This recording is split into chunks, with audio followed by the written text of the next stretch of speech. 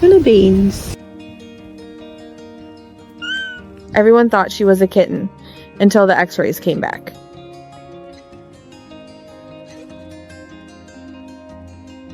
For more than a year, everyone thought Fig was simply a very small cat.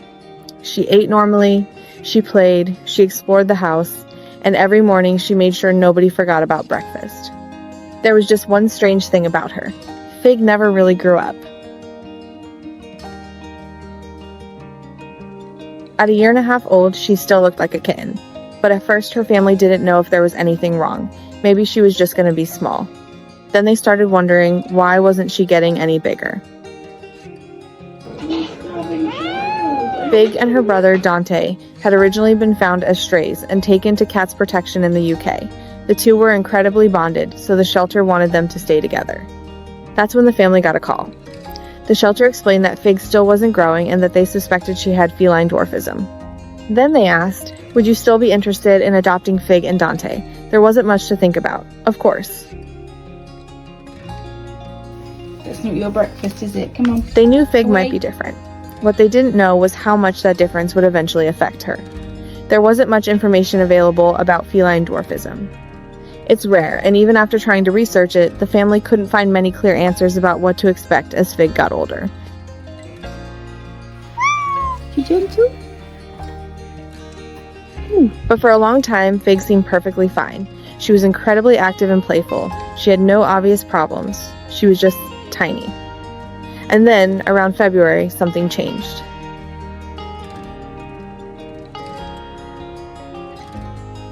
Fig's family took her for x-rays. They were expecting answers about why she was so small. Instead, they discovered something much more serious. Fig had no kneecaps, and the growth plates in her spine had not developed and fused properly. Suddenly, her little body made sense in a way the family wished it didn't.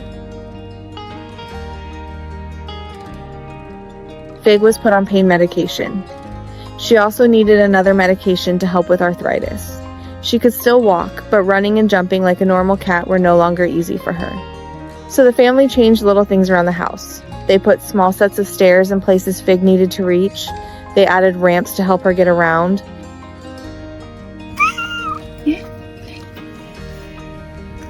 And somehow Fig just kept being Fig.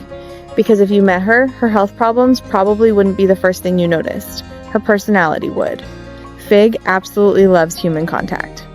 She doesn't usually sit on your lap, but she'll sit right beside you, lean against your leg, and happily accept all the attention you want to give her.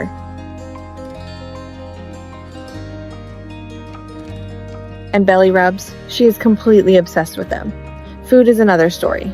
Every morning, while her family is brushing their teeth, they can already hear Fig crying and meowing nearby. It's almost like she's saying, "Excuse me, I would like my breakfast now." And she's not exactly shy about it.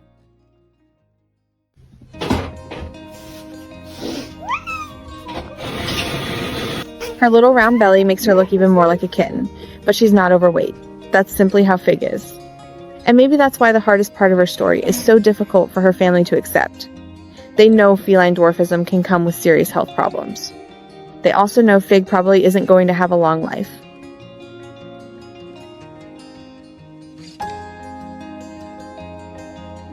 That's a painful thing to hear when an animal has become part of your everyday life.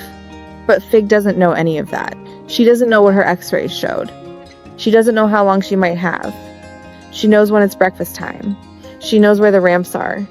She knows who gives the best belly rubs. And she knows she's home.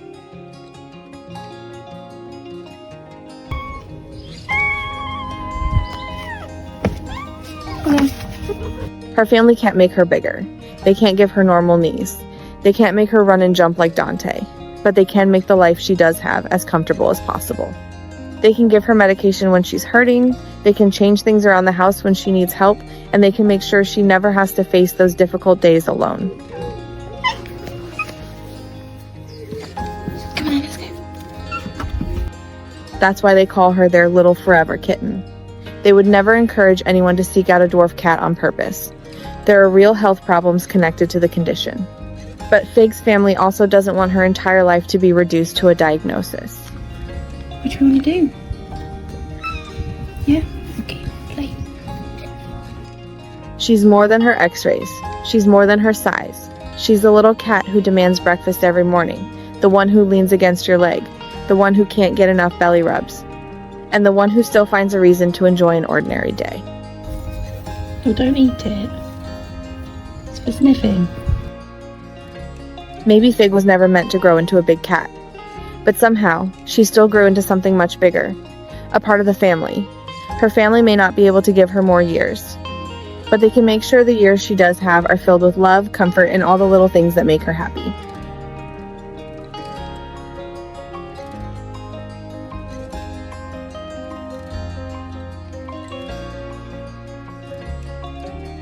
And maybe that's what Fig's story leaves us with.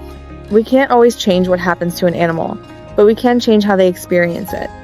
So if you've ever had an animal come into your life and become far more important to you than you ever expected, tell us about them in the comments.